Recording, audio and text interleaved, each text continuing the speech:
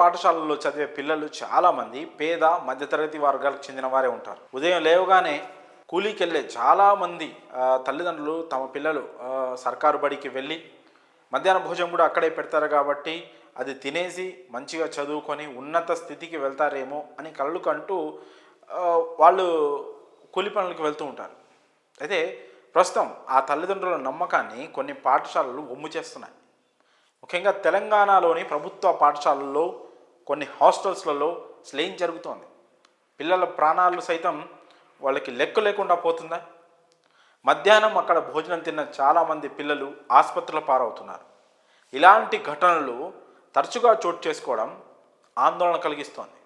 అసలు ప్రభుత్వ పాఠశాలల్లో ఏం జరుగుతోంది తెలుసుకునే ప్రయత్నం చేద్దాం. ప్రభుత్వ గురుకులాలు, ప్రభుత్వ హాస్టల్స్లలో మధ్యాహ్న భోజనం సరిగ్గా ఉండకపోతే ఎవరైనా సరే ఊచలు లెక్క పెట్టాల్సిందేనని ముఖ్యమంత్రి అందరినీ హెచ్చరించారు. అయినా సరే ఇలాంటి ఘటనలు పదే పదే రిపీట్ అవుతున్నాయి. గత నెల కొమరం భీం జిల్లా వాంకిడి పాఠశాల హాస్టల్లో భోజనం వికటించి 21 రోజుల పాటు వెంటిలేటర్పై ఉండి ఓ విద్యార్థిని మరణించింది. ఆ ఘటన మరవక ముందే నారాయణపేట జిల్లా మాగనూరు జెడ్పీ హైస్కూల్లో మధ్యాహ్న భోజనం వికటించి ఏకంగా 50 మందికి పైగా ఆసుపత్రి పాలయ్యారు.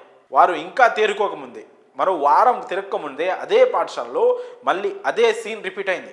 మధ్యాహ్న భోజనం తిన్న మరో 40 మంది విద్యార్థులు అస్వస్థతకు గురయ్యారు.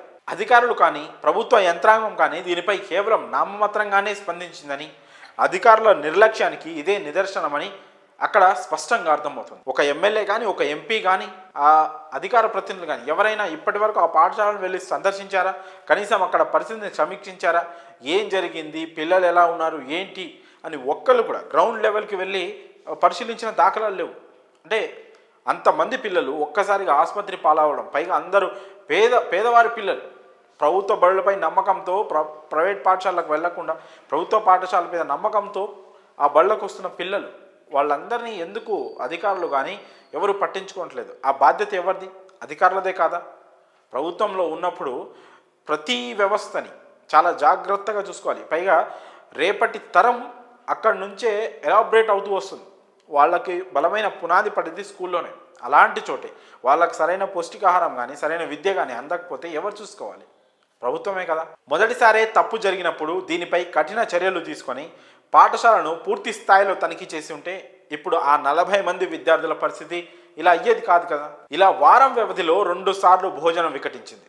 దీంతో జిల్లా విద్యాశాఖ అధికారిపై బదిలీ వేటు వేశారు. మండల విద్యాశాఖ అధికారి అలాగే ఇన్ఛార్జ్ హెడ్ మాస్టర్పై సస్పెన్షన్ వేటు పడింది.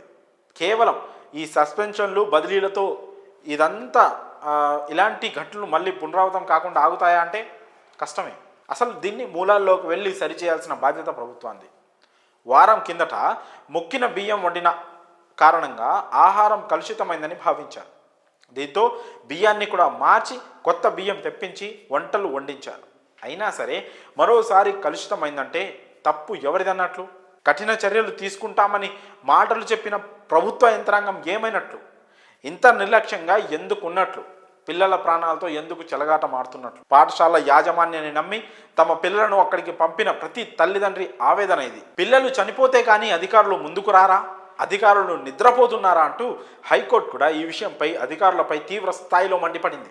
రాష్ట్ర వ్యాప్తంగా అన్ని ప్రభుత్వ పాఠశాలల్లో తరచూ మధ్యాహ్న భోజనం వికటిస్తుందని పిల్ పిటిషన్ తరపున సీనియర్ లాయర్ చిక్కుడు ప్రభాకర్ రాష్ట్ర ప్రభుత్వం తరపున ఏఏజీ కోర్టుకు వాదనలు వినిపించారు.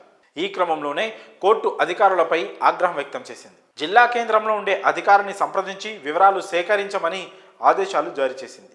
దానికి ప్రభుత్వం తరపు న్యాయవాది వారం రోజుల సమయం అడిగారు. దానికోసం వారం వ్యవధి ఎందుకంటూ మరోసారి మండిపడింది హైకోర్టు. హైకోర్టు ఆదేశాలు ఇస్తే కానీ అధికారులకు పనిచేయడం చేత కాదా అంటూ ఘాటుగా నిలదీసింది. ఇంత జరుగుతున్నా కూడా ప్రభుత్వం నుంచి, అధికారుల నుంచి ఇప్పటి వరకు ఎలాంటి స్పందన రాలేదు. కనీసం ఫుడ్ పాయిజన్ ఎందుకయింది, ఎలా నియంత్రించాలి అనే ఆలోచన కూడా ఇప్పటి వరకు చేసిన దాఖలాలు కనిపించకపోవడం చాలా బాధాకరమైన విషయం. ఈ విషయంలో ప్రభుత్వం పూర్తిగా విఫలమైందా?